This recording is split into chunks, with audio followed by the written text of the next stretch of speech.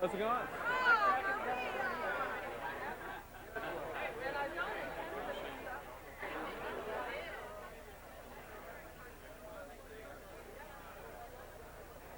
Oh.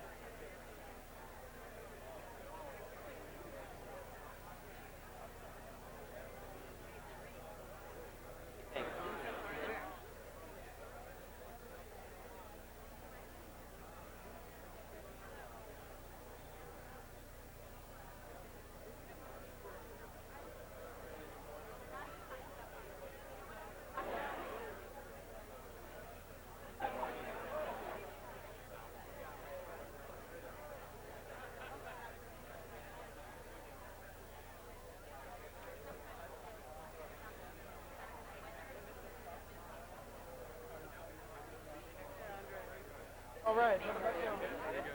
Yeah. I'm sorry? No, I haven't. I won't have you for one. There's no way you can create it.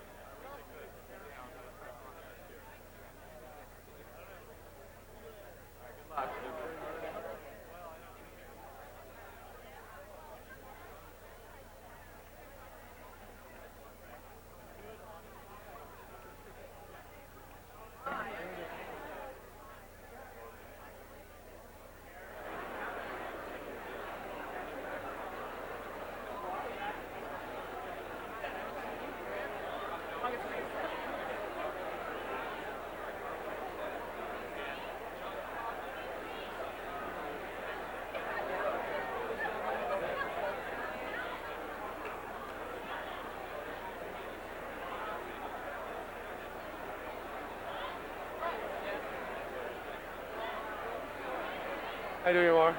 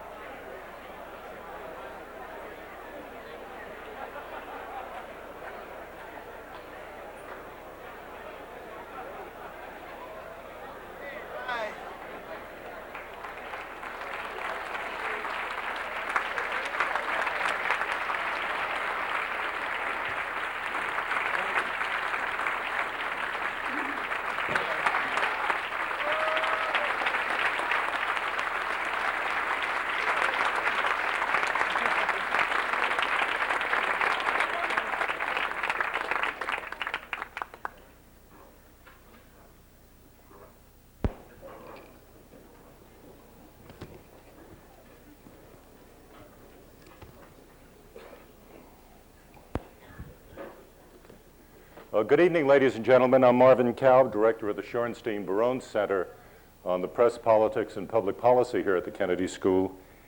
And I am honored tonight to have been selected to serve as the interviewer or moderator or host of this program honoring John Kenneth Galbraith on his 85th birthday. I think the exact date was October 15th, 1993.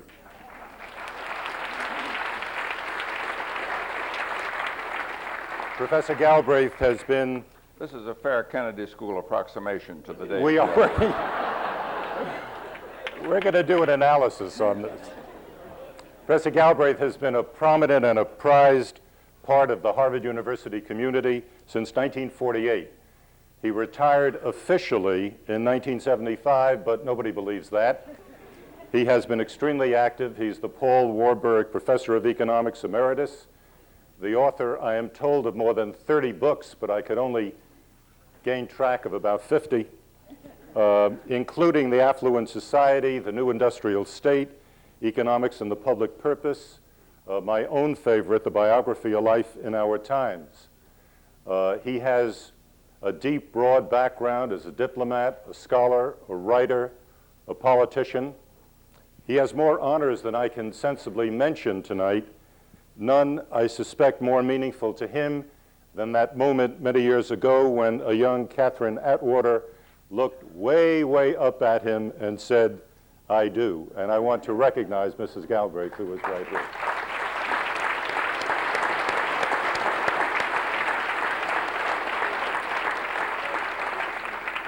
A personal story. A little more than 6 years ago, I was at a dinner in this building, and the dinner took place on the same day that I delivered my first lecture as a member of the faculty of the Kennedy School. And I looked green, and Professor Galbraith was at the table, and he noted my complexion and asked me why. And I said, well, it was my first lecture as a member of the faculty, and I was terrified. Oh, he said, there is really nothing to be terrified about a Harvard lecture. He said, there is no subject so awe-inspiring, so absolutely devastatingly dense that it cannot be reduced to a 50-minute lecture. He said at the very same time, there is no subject that is so petty, so absolutely trivial, so dispensable, that it cannot be inflated into a 50-minute lecture. This is a special evening in a number of ways. We're going to have our conversation, and then at 9 o'clock there will be the debate, the great Clinton gamble, pitting Vice President Gore against a man from Texas named Ross Perot. They'll talk about NAFTA. And then when that is over, we can watch that here, by the way, right up on the screen. And when that is over, Professor Galbraith will engage in what CBS used to call instant analysis. He will give us his view of how well both sides did. So let's get on with it. In a recent article in the Boston Globe, Professor Galbraith, you reminisced about two institutions that you said have in the last 3 or 4 decades improved their quality significantly. One was the student body at Harvard University, and the other was the elected membership of the United States Congress. And I'd like to ask you first what the differences are as you look out at the student body here. What's different about them today? Oh, there should be no doubt. The world does improve. When I first came to Harvard, which, by the way, and I must correct you whenever necessary, was in Not the first time. That was in 1934, getting on to 60 years ago. Harvard was the receptacle, along with much else, of the Cambridge, of the Boston and New York aristocracy and plutocracy, the white shoe boys, and the gentlemen's C's. And anybody who worked too hard was known as a greasy grind. And this is a long way back from the diligent students that I encounter every day walking across the yard, who are so bent on the next lecture they don't even get out of your way. And I also commented on the enormous improvement in American politics, in the Congress. When in 1941, I was put in charge of price control. I was named the price czar of the Republic for the purposes of the war. In terms of power, my life has been downhill now ever since. And the Democrats, the Republicans were predictable. They were small-town lawyers who read Main Street and Babbitt and didn't see anything remarkable about it at all. It was their world. The Democrats were much worse. They didn't read. They divided.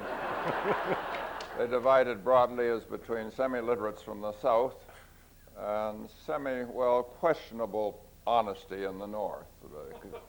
The Southerners were one-crop congressmen who, when they finished with cotton, tobacco, peanuts, and maybe took a little time off for turpentine, were through for the day and the year.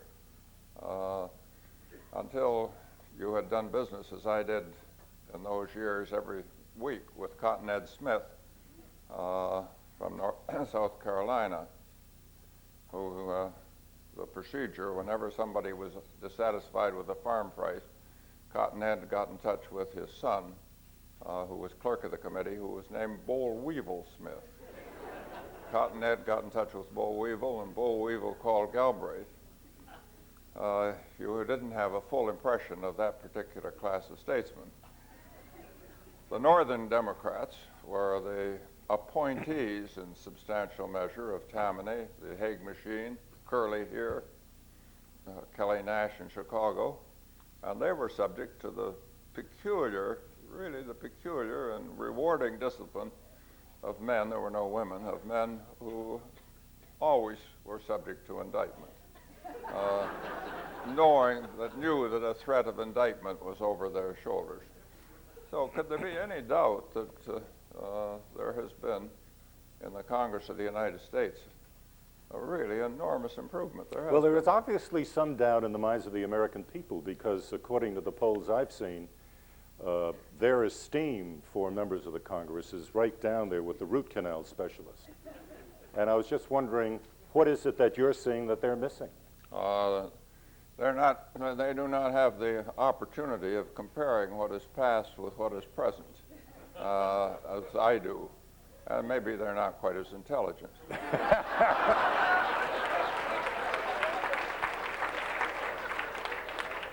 I don't know if that's a definition of elitism or not, but...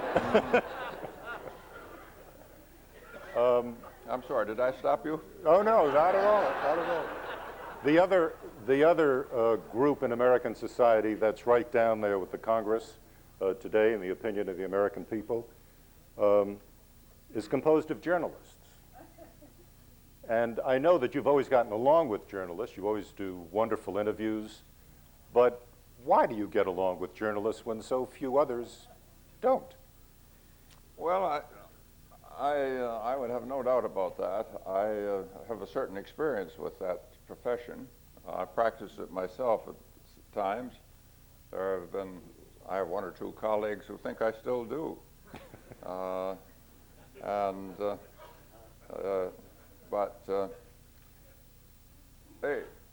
There's no question that journalists are very much better than they were 50 years ago. They too. No question about that. And I try to be serious. I try to deal with a certain candor and a certain condescending sympathy. And this is... you ever lied to a journalist? This is a formula for getting along, yes. Really? Me? Yeah. No. You've lied to me? I'm sorry, I was waiting for the next question. No, I was just wondering if you've ever lied to a journalist. Beg your pardon? Have you ever lied to a journalist? No, but I have never thought that, I never doubted that there was a certain high polish that could be put on the truth. A spin? That's a top modern term which I don't use. That came into use with the Reagan administration. Ronald Reagan and I were fellow founders of Americans for Democratic Action. But Ronald left us. And we always defended him, actually. We said it wasn't the principle, it was the money.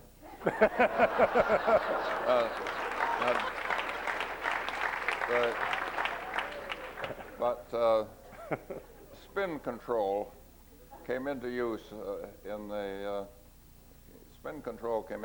with the Reagan administration, and I have naturally avoided it for that reason. Oh, come on. You don't think that the Kennedys were engaged in spin control? Well, this would be a retroactive judgment that I certainly wouldn't make. Oh, I see. Okay.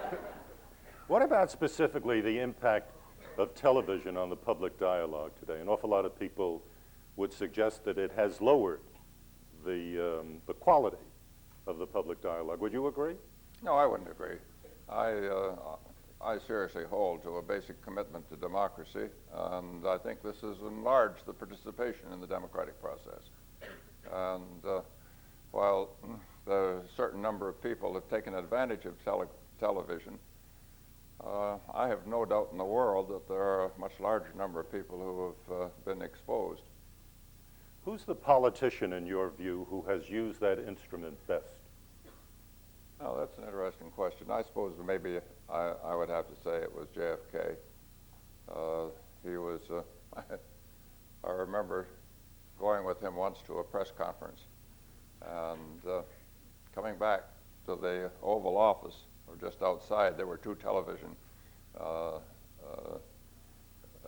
sets, and they were, and his press conference was on. And Kennedy sat there with a look of rapt approval on his face, which I shared. I thought it was wonderful. There was no question that FDR was a master of radio, that this was extraordinarily important for him. But I have the feeling that Kennedy was perhaps the best we've had on television. Do you think that somebody like tell a story about my first speech writing was in 1940 for Roosevelt. The speeches, the drafts that we did down below went up through various revisions before they got to the president. So we turned on the radio to hear how much of our stuff survived. And I still have a feeling, a wonderful feeling of the evening when some names that one of our people, Griff Johnson, had put together because he saw the resonance of the names. And Roosevelt was speaking the next night on that from that draft in Madison Square Garden. And I still hear that rolling voice saying, and who was it he was answering the question that he'd been very slack on the defense program. And he said, and who has voted against all of our provisions for defense expenditure? And then he smiled and he said, I give you the names Martin, Barton, and Fish. Wonderful. And the next night he was speaking in the Boston Garden. He said, and who was it voted against our agricultural appropriations? And that Boston crowd never hesitated for a moment. It just roared back, Martin, Barton, and Fish. This was one of the great joys of FDR's radio. And let me put the last two subjects together. You obviously speak enthusiastically about Roosevelt's command of radio. I asked you about television. Do you think, given the power that television has today, that a Franklin Roosevelt trapped in a wheelchair could be elected president of the United States? Well, you talk about the press. The press was terribly kind on that point. Those of us who were in the Roosevelt administration never thought of him as a cripple. We saw him, I very rarely, in the White House sitting down, shaking hands sitting down. Kitty and I once went to a reception, and the man just in front of us on the other side of FDR was talking with Eleanor Roosevelt and stepped on Kitty's dress, so she was stalled in front of Franklin D. Roosevelt. Never saw a woman so proud in my life. He talked with her for several minutes.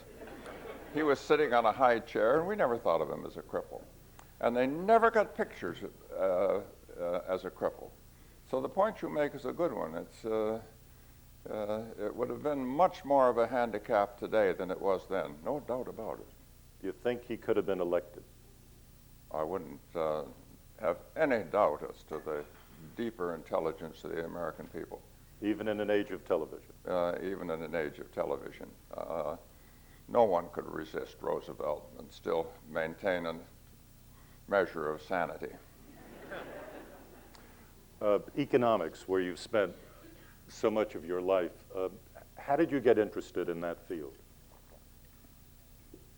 I, for some years, getting on to 60, have been the only member of the Harvard faculty, certainly the only senior member in latter years, with a first degree in agriculture, specializing in animal husbandry. And along in the early 1930s, studying how the problem of greater efficiency in agriculture and farming, the thought assailed me, the not very novel thought, that there was not a hell of a lot of use of producing better livestock and better grain, better vegetables, if you couldn't sell the damn stuff. And that was the problem. It wasn't the efficiency of the production. It wasn't the quality of the production. It was the economic situation. So I shifted from trying to improve the technical side of agriculture to the problems of economics, and went on to Berkeley to study there. I don't think it was a very subtle choice, because I look back on it, it was the most obvious thing in the world to do. Because of the Great Depression at the time? Because this was the beginning years of the Great Depression, yes. Do I have to remind you that? This, I said it was 1931 and 32. Those were the years of the Great Depression. I was in Russian history. Is the U.S. in economic trouble today, in your view? Beg your pardon? Is the United States in economic trouble, in your view? Well, this is an extremely important point. We have a basic assumption in economics that you have a recession and you have an automatic process of recovery. And we have, in consequence, weekly, almost daily predictions, both from Washington and from economists in general. And there's a strong possibility that we have entered into a kind of equilibrium of underemployment, an equilibrium of poor economic performance.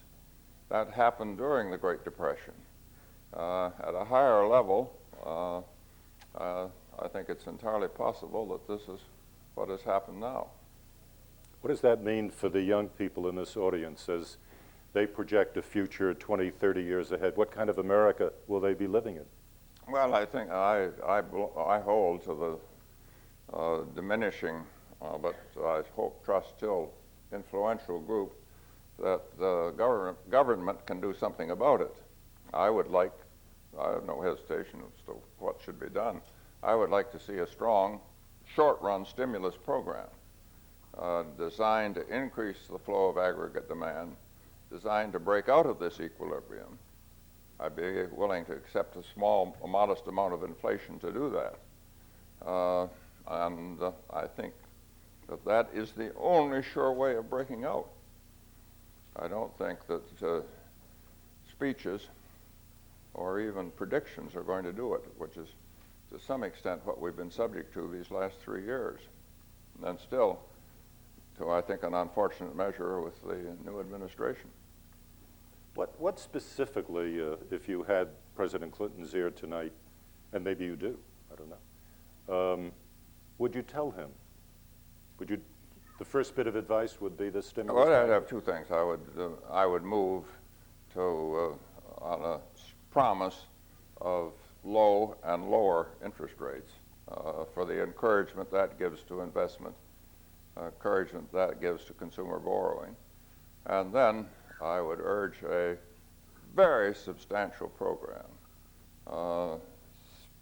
75 billion maybe, of stimulative activity designed to draw the unemployed into production. It's an extraordinary waste when people sit there getting unemployment compensation when they could be doing useful work. And we have a lot of things that need to be done, all the way from roads, bridges, airports, housing stock, educational plant. We should be putting people to work doing that.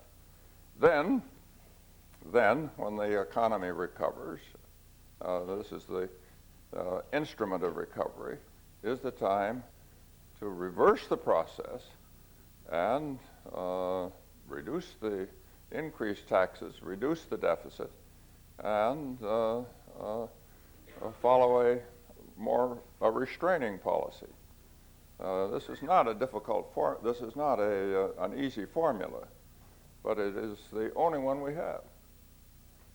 And if President Clinton were to listen to that and then argue with you, Professor, you don't understand. Washington today is in a war.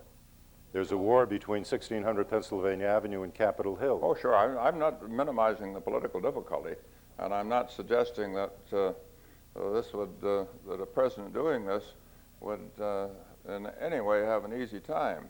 He had a very modest stimulus package of around 30 billion, reduced later to 17, and that aroused the objections of Bob Dole. And there's another deeper factor here which nobody wants to talk about.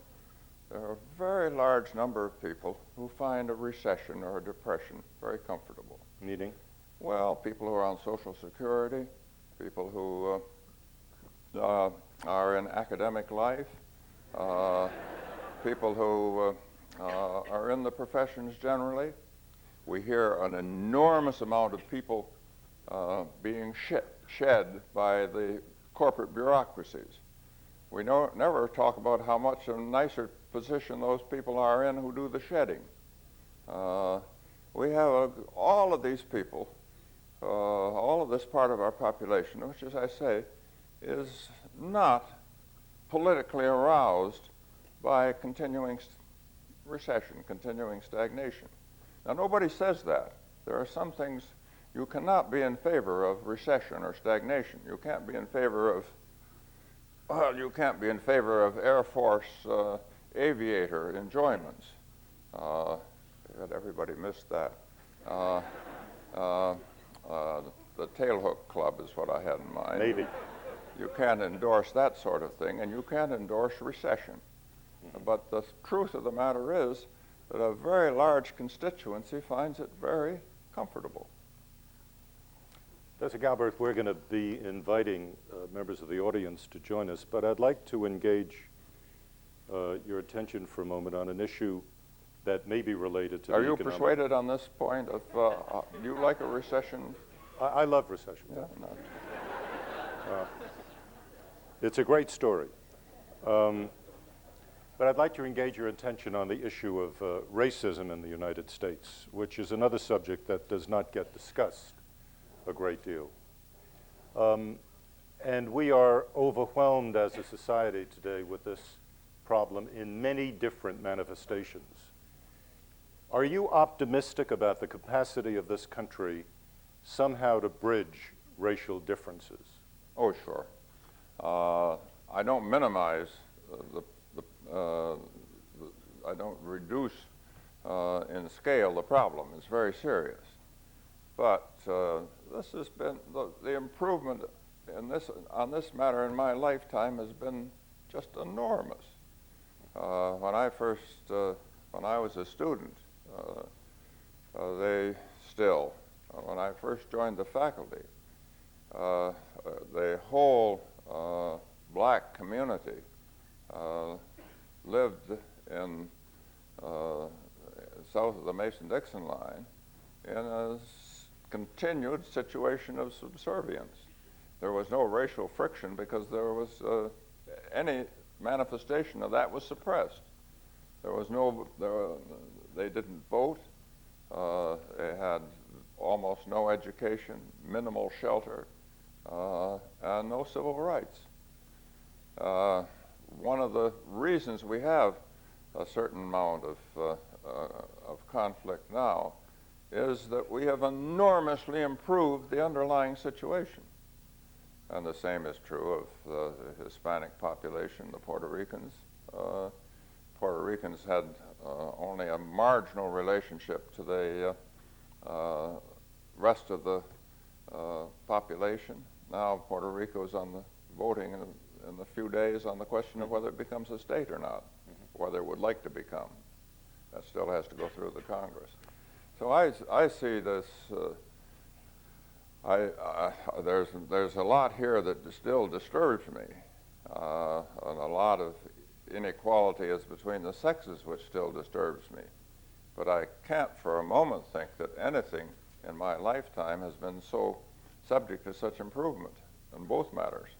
And yet, you told me before we started here that the one thing you hoped there wouldn't be any 55-minute speeches. When you ask a question like that, you're running a terrible risk. That's okay. I think the subject is worth it. And yet we do have, on the issue of race again, an underclass, which is the word that is used today, that is heard very widely. And some of the studies which we've done here in this school and studies done at other universities suggest a continuing difficulty between blacks and whites in even discussing some of the fundamental problems between the two.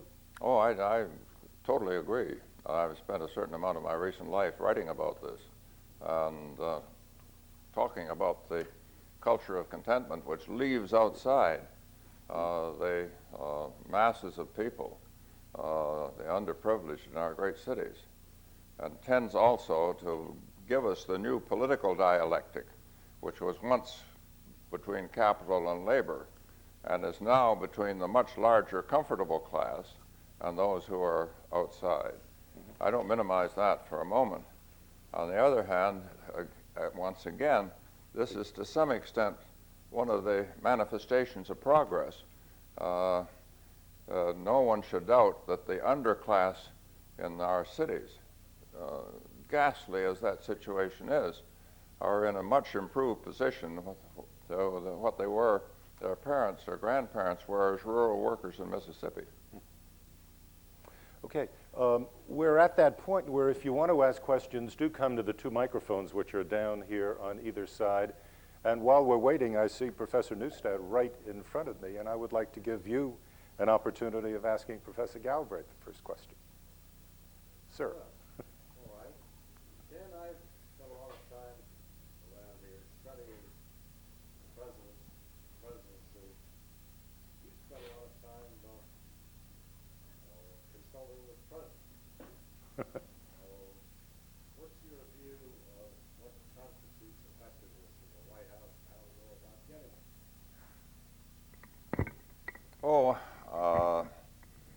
There's no simple answer to that question, as you know, or you wouldn't have been studying it all these years.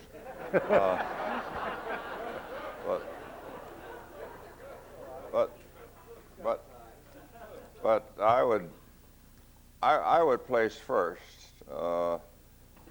the matter of a person being at home, a president being at home with his own intelligence, with his own view of the world, and not subject always to the pressures that come not only from the executive establishment, but also, of course, from the Congress, who has his own agenda, his own purpose. This, it seems to me, was something that Kennedy had, Roosevelt had, to a substantial extent Lyndon Johnson had. It was something which I don't think with any, even in my most kindly fashion, I would want to attribute to George Bush.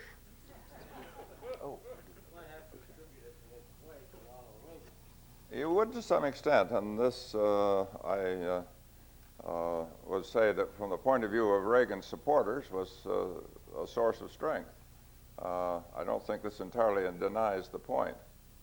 And it was also something that gave Ronald Reagan a clarity, that his position a clarity which other presidents have not had. It was not something that I support, but it was relevant to what makes a strong president. What do you think? Would you like to respond, or we could go to the student? Whatever. No, I want to ask if anything else in your experience that you want to flag for us. Well, the most charming part of the Kennedy years was the clear view that Kennedy had of life, and also of his own relation to it. This produced a range of comment that most of us, all of us who knew Kennedy well, yourself included, we were all, in some measures, protectors of the Kennedy candor, which was a plunge toward truth, which was sometimes really remarkable. I was citing the other night a discussion that some of us were having of the Kennedy years, something that came to me from Professor Kazin of MIT, who we were talking about this once. He was, Carl Kazin was in charge of American imperialism in the Kennedy years. He was, what does that mean? Puerto Rico, Virgin Islands, Panama, Guam, Pacific Islands. Once, on one occasion, President Arias of Panama came up for the long-standing problems of the canal zone and the canal.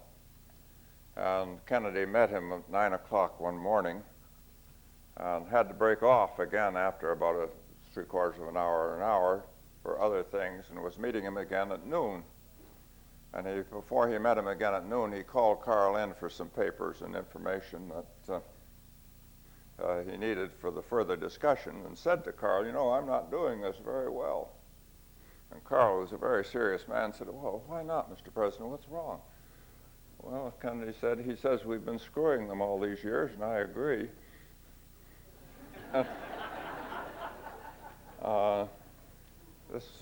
Did I get over the line on that one? I don't think so. This was the day after they. Well, I could go back a word, a sentence or two. One of the long strains in the Kennedy family was with a very conservative figure in New York, Cardinal Spellman, who had very little sympathy and support for the Kennedy family. And the day after the inauguration in 1960, I was working on the State of the Union speech, and I met Kennedy in the West Wing, and he said, we worked hard enough to get this property. Let's have a look at it. So we started on a wonderful tour of the White House from the top to the bottom.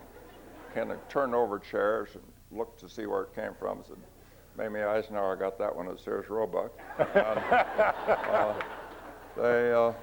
And kept up a running conversation. And he asked me what I thought of Cardinal Cushing, who had given a very long prayer that day. "And what did you think of Cardinal Cushing's speech to God yesterday?" And I, being not a Catholic, made some non-committal answer. And he said, "Well, I knew he wasn't going to be able to resist that audience, both God and all those people." But he said he was a man we loved so much. This was a word he used.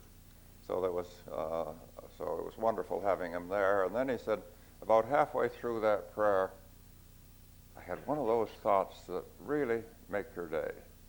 I said, "Here I am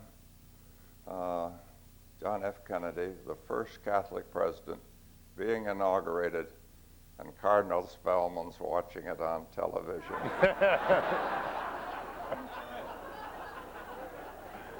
Let's go to the student right here. If you could identify yourself and ask your question, please. This is funny, but this is also the kind of self-revealing candor that we were talking about, and which was so important.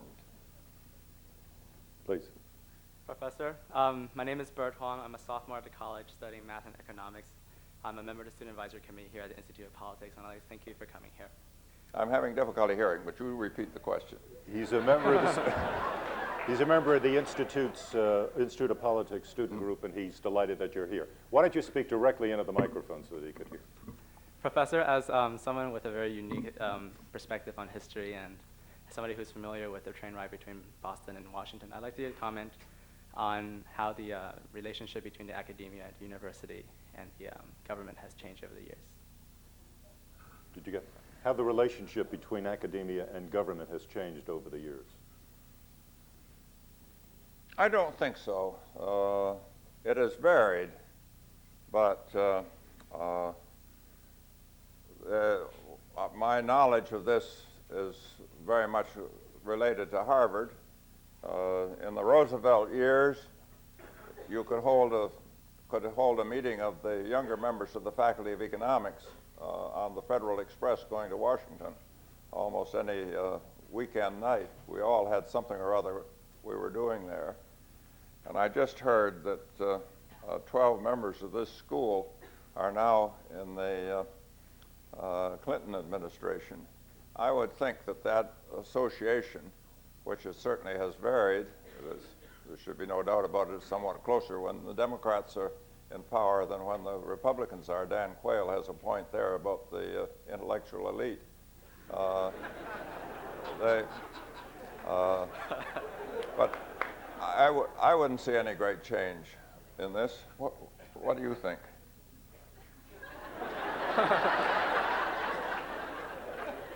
I'm told that there are questioners up in the balcony also, but I can't see them for some reason or other. I don't see anybody with a hand up there, but tell me if I'm wrong. In the balcony, I do see you. You can ask your question, please.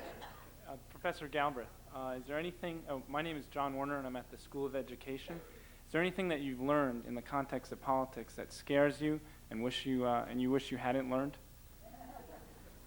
No, I don't think so. I've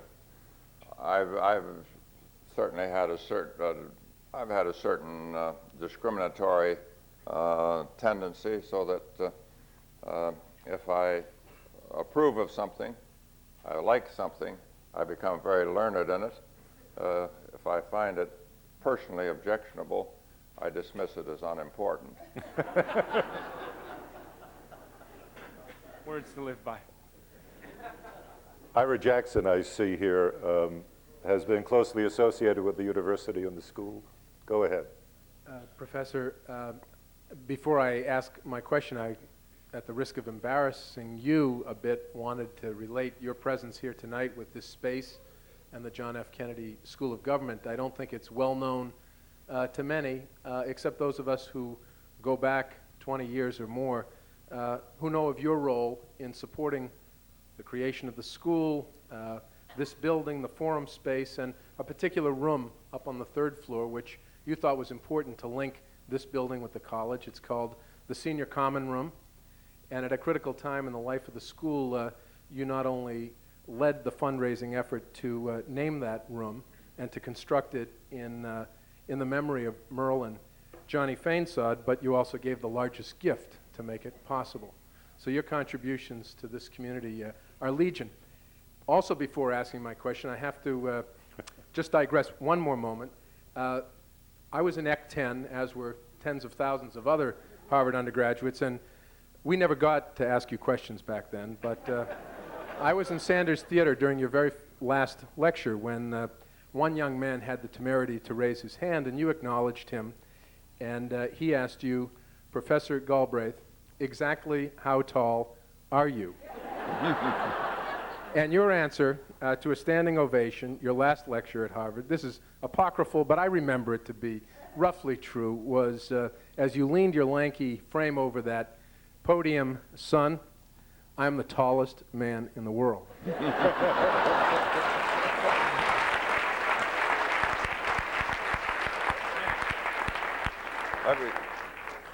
Let me make one very serious observation, and one slightly less serious. The Fain sod room upstairs is certainly one of the proud centers of this building from the point of view of Kitty Galbraith and myself, because our best beloved friends were Merle and Johnny Fainsod, both of whom made a brilliant contribution to this school and to the whole development of the government, the discipline of government here at Harvard. It was also unique in my experience of money raising. Nobody that was asked for money on behalf of the for the Fainsod room declined, and a considerable number of people wanted to know why they hadn't been asked, something which hurt my feelings a good deal. I wondered why I hadn't asked them.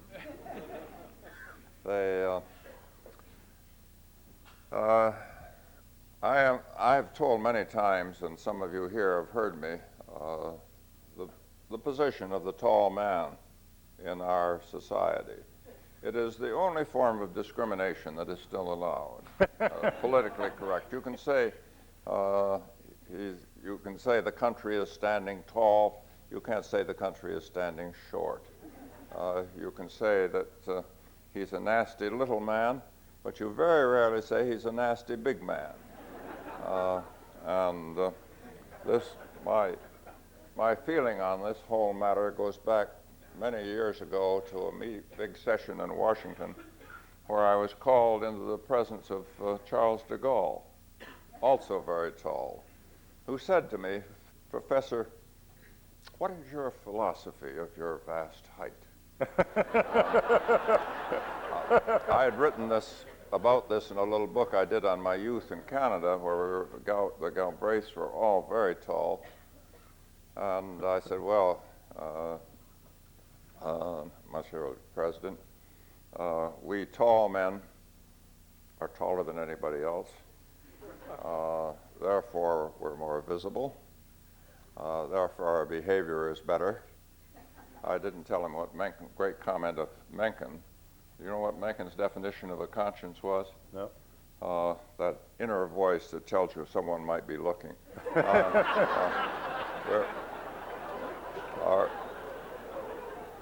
Our behavior is better, being more visible, and therefore the world instinctively trusts tall men. De Gaulle said, magnifique. And then in a great voice, rolling voice, which I can't imitate, he said, but there is one thing you have forgotten. The small men must be treated without mercy.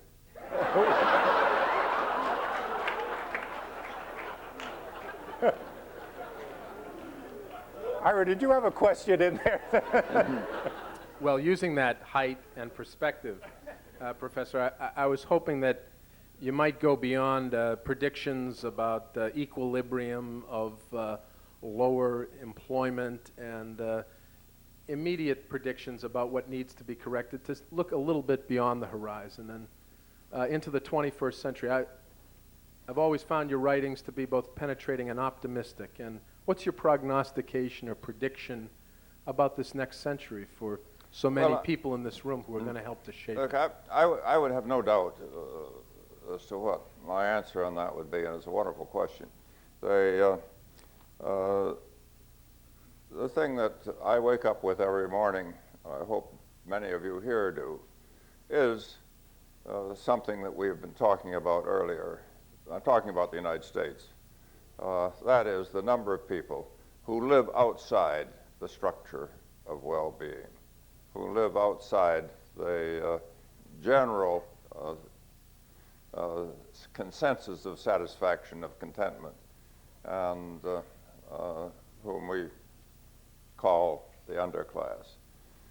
And my hope that that in the next century something will be done, not to bring total equality of income, that's a fantasy, but to ensure that there is a safety net below which people cannot sink in poverty, and that there will be a structure, including in particular an educational structure, which allows the subsequent generations to escape from the underclass.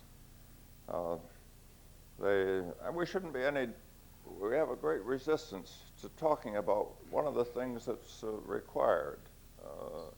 One of the things that is required until we get something better is a basic income.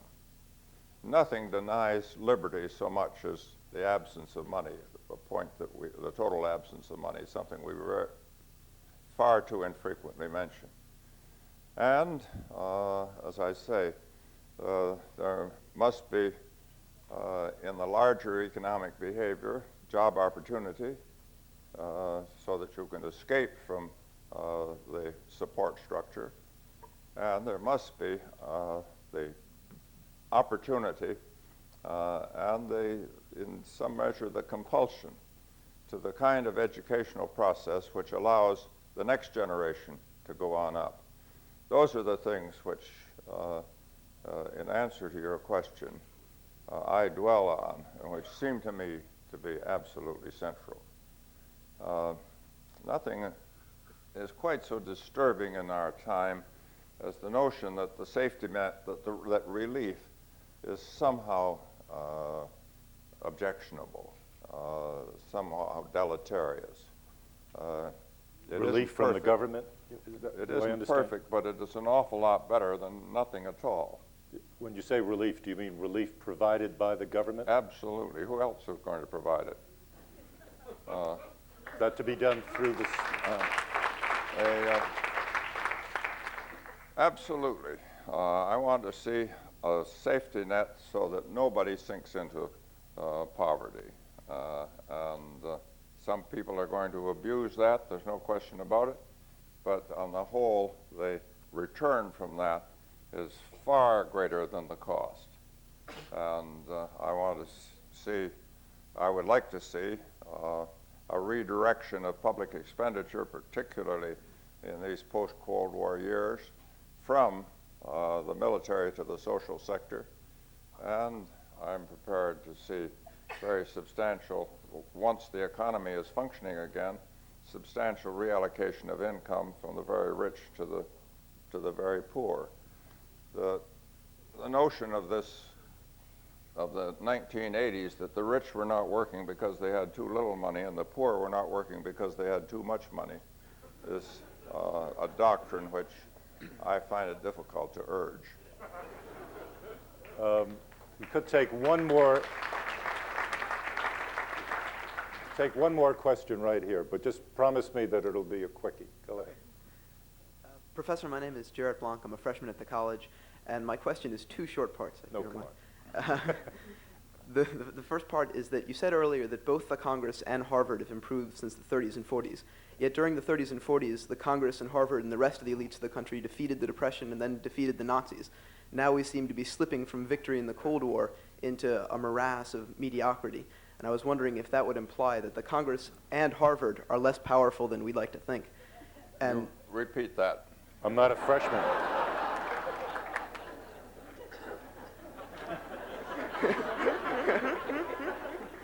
I could do the whole question, I really can. But I am pressed for time, but we'll do it quickly. The point I think that emerges out of that, is there a realization on your part that perhaps the Congress and Harvard are really not as powerful as you may think, given, and then he ticked off 3 or 4 prepositions. I wouldn't make any difference there. You're suggesting that Harvard men were more potent 50 years ago than now? I don't think so. It's certainly not a distinction I would make. I tell you what, I'm going to have to ask you not to ask the second question, and we're up against the bewitching hour when Ross Perot, among others, emerges on the national landscape, and I would like to ask Dean Carnesale to come up.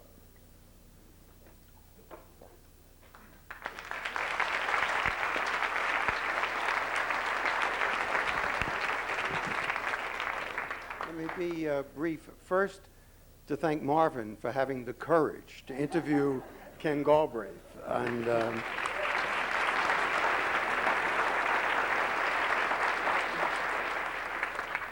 secondly, to comment on the size and spirit of this audience, which is here only because Ken Galbraith represents all that we hope to be in terms of intellect, in terms of wit, and in terms of modesty.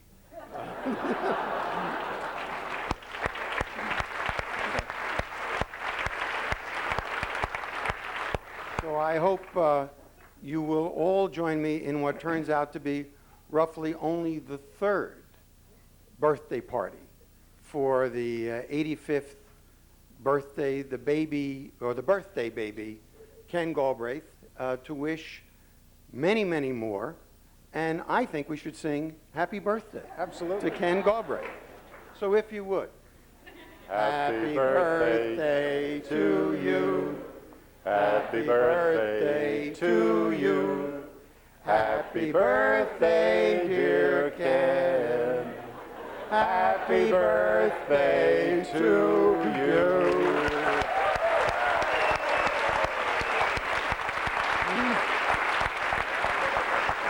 For the microphone.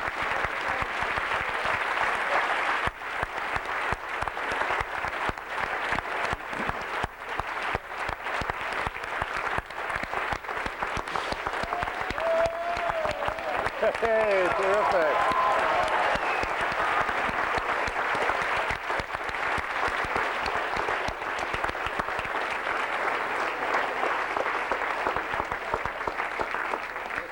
Whoa. We're actually going to slice up this cake and provide little pieces to all of you, or as many as you can get it to. Don't come up, we'll get it to you. Just stay where you are. Stay where you are. No, that's for you, sir. We also have a small token of our affection and appreciation for Ken. He's held the Paul Warburg Professorship for many years and now as emeritus, which is in one sense a Harvard chair. But he hasn't had the real Harvard chair, which is a Kennedy School chair. So as a member of our family, this is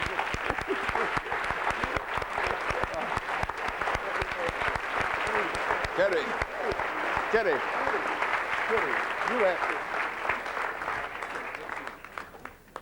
to sit down. You should sit down. Kitty. Please.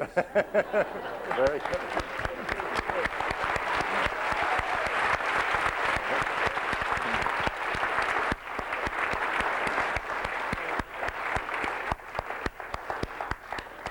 Thanks for all you've done for us, Ken.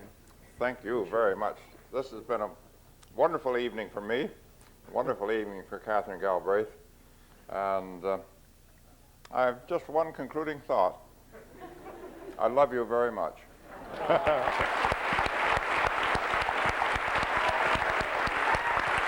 Yeah, just a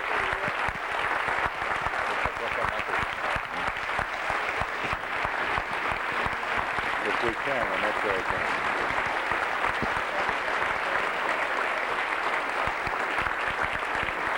Can you get that off? Get it off then, please. Here. Just unhook it. Unhook it. Very nice.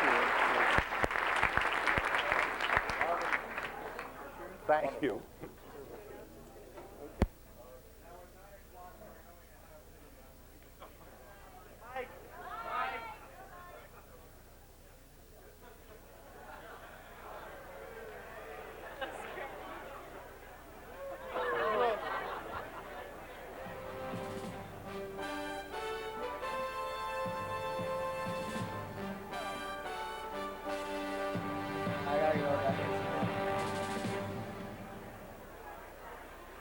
The 90s are changing. And so are we.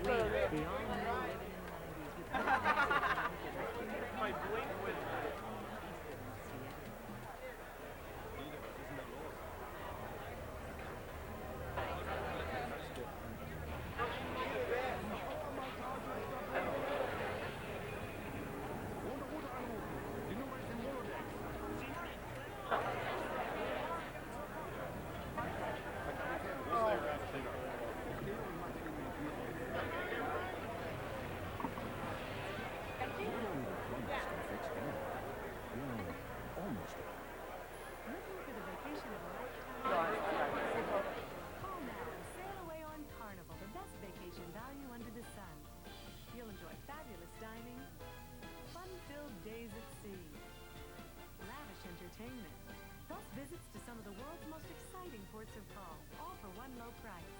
Even your airfare's included, so call now. Call or try travel today for the best values on Carnival Funship cruises.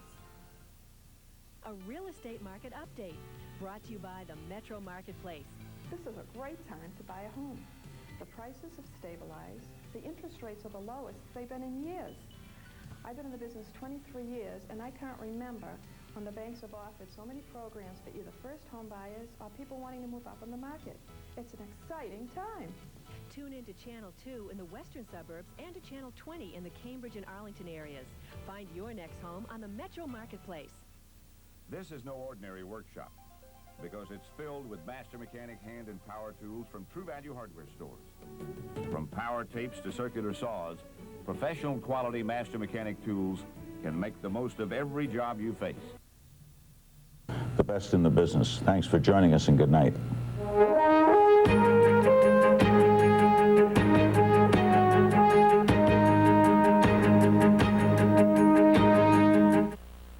Final call. We've got to move fast, Kirby. I hope your book hurts. Not exactly.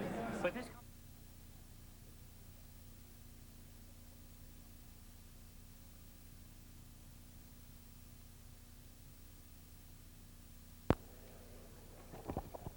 Okay, that's all right. That's all right. Ladies and gentlemen, you all hear me? Oh, dear. Yeah. What we're going to do now, because we're not going to impose for more than 10 minutes on Professor Galbraith's time. This is, after all, a birthday party. And we don't want to make him work too long. So I say 10 minutes. But the large question that emerges out of this kind of a debate is, which side do you think had the better of it? Well, I have one general conclusion, that if you have to, at my age, maintain a reputation for coherence, you can't do better than follow Ross Perot.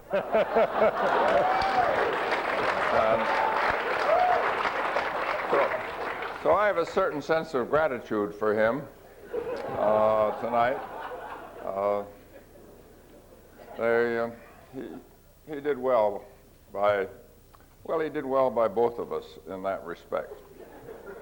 I don't think there's any question that the proponent of NAFTA had the better of the case, partly because he deserved to. And I think Al Gore handled it very well. Having said that, I would just like to take 1 minute and say, let us keep this issue in perspective. We watched it tonight as though it were the most demanding issue of our time. It isn't. We should always be aware of the anthropology of trade discussions. It's something that everyone should know about, have in mind. Whether it is NAFTA, or whether it is the Uruguay round, where it is the next GATT negotiation someplace else, where it's the next summit meeting, we develop beforehand an enormous sense of excitement as to what will be accomplished. This is partly because my profession penetrates presumptively the mystery of these matters and gets a certain expanded reputation out of making them important. And the extraordinary further thing is that after the negotiation is complete, after the Canadian Fair Trade Agreement is finished, after it goes into effect, almost nobody notices any difference. This is an enormous discussion ex ante, which disappears ex post. And generally speaking, one wants people teaching international trade who will not recognize that fact. Otherwise, they might lose their audience. So let us bear in mind that while one should be, I think one should be for NAFTA, it is part of the civilizing movement that brings countries closer together. And one of the damaging features of the discussion that we've had so far is that it has all been in terms of the United States. Well, we are an important part of the world. We have a certain leadership role. One hopes we have a certain humane role. And even if there should be some advantage to the Mexicans, I hate to say this, but the truth of the matter is that the Mexicans are people too. And the combined effect of this action, even if there were some advantage there, which I doubt, should not be counted against it. We're a very rich country with a responsibility for our poor neighbors. So I certainly am for NAFTA, but I want it understood that by Christmas, nobody will be coming to the Kennedy School to talk about it. That may be. There'll be a lot of people here tomorrow night, though, talking about it. The pros and cons will be discussed right here in the forum in a debate moderated by my colleague John White. But I did want to follow up on one point. Putting aside for a moment who won and lost, because I think that may... Oh, yeah, that's a narrow, insipid, and disgraceful television view. Precisely. Couldn't agree with you more. Putting that aside, why... Put it aside, let's bury it forever. Bury it forever, at least for the next 20 seconds. Why do you think that all of these arguments that come before this administration are always couched in terms of, my God, this is it. This is the issue that will make or break the presidency. Whether it's the health care reform, whether it's NAFTA, whether it's the budget. Is that something new, and what does it tell us about the administration? Well, this is a good point. I don't know that I thought of it before, but it's certainly true. And there is a certain primitive tendency to say everything that that is the momentary topic of discussion is decisive. That goes back to what I said before. However NAFTA is decided, 6 months from now or a year from now, it will be forgotten. That is the peculiar genius of those who invest their so-called intellect in issues of international trade. One final little question, sort of a half a question. What's your real feeling about Ross Perot? Oh,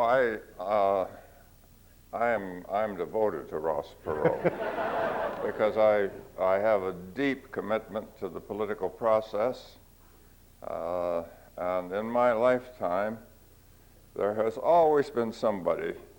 There was Huey Long, Gerald L.K. Smith, Father Townsend, George Wallace.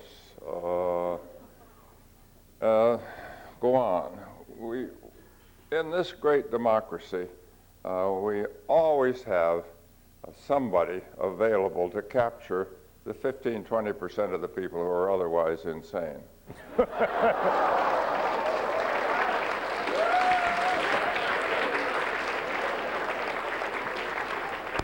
I don't think we can top that. So let me just thank all of you for staying in this remarkable evening. Thank you all very, very much. And thank Professor Galbraith on his birthday. Thank you all very much for coming.